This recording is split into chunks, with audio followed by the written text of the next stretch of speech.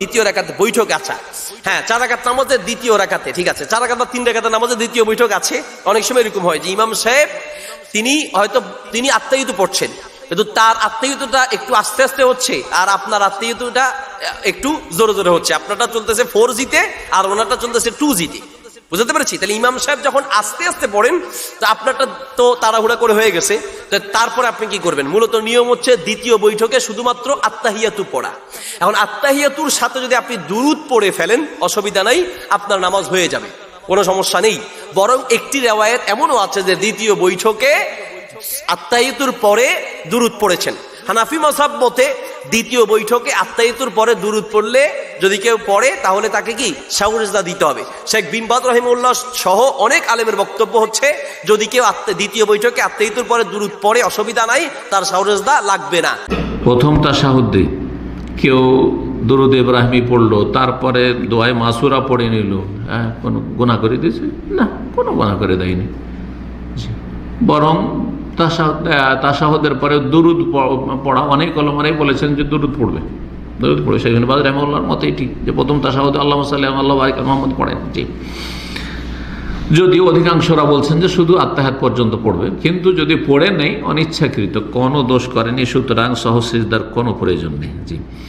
আর প্রথম বৈঠকে আত্মীয়তার পর দুরূদ পড়ে ফেললে ইমাম আবু হানিফা রাহিমাহুল্লাহর মতে সিজদা সাহু দিতে হবে যদি আল্লাহুম্মা সাল্লি আলা মুহাম্মদ এই পর্যন্ত পড়ে ফেলেন। আর যদি আল্লাহুম্মা সাল্লি আলা এটুকু পড়েন তাহলে অসুবিধা নেই।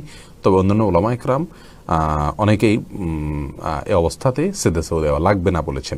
বিন বাজ রাহিমাহুল্লাহ সহ আরও একদল আলেমের ফাতুয়া হলো, যদি কেউ 4 রাকাত বিশিষ্ট নামাজের প্রথম বৈঠকে সে তাশাহুদের পরে দুরূদও পড়ে পেলে তাকে সাহু সিজদা দিতে হবে না।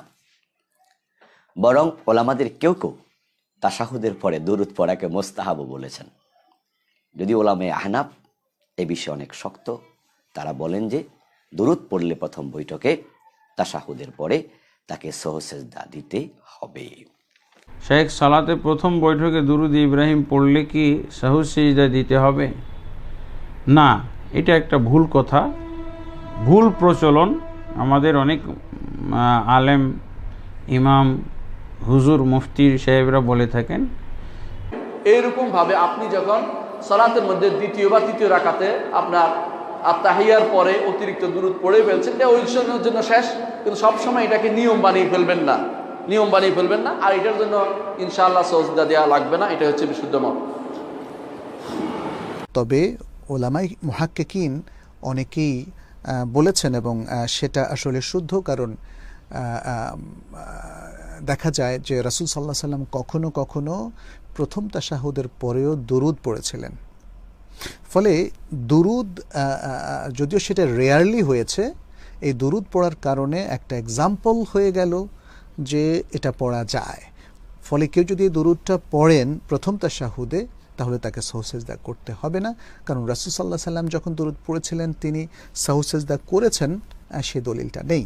ভিডিওটি ভালো লাগলে লাইক দিন, কোনো কিছু জানার থাকলে কমেন্ট করুন, ভিডিওটি অবশ্যই শেয়ার করুন। হতে পারে আপনার একটি শেয়ারের কারণে কারো উপকার হতে পারে।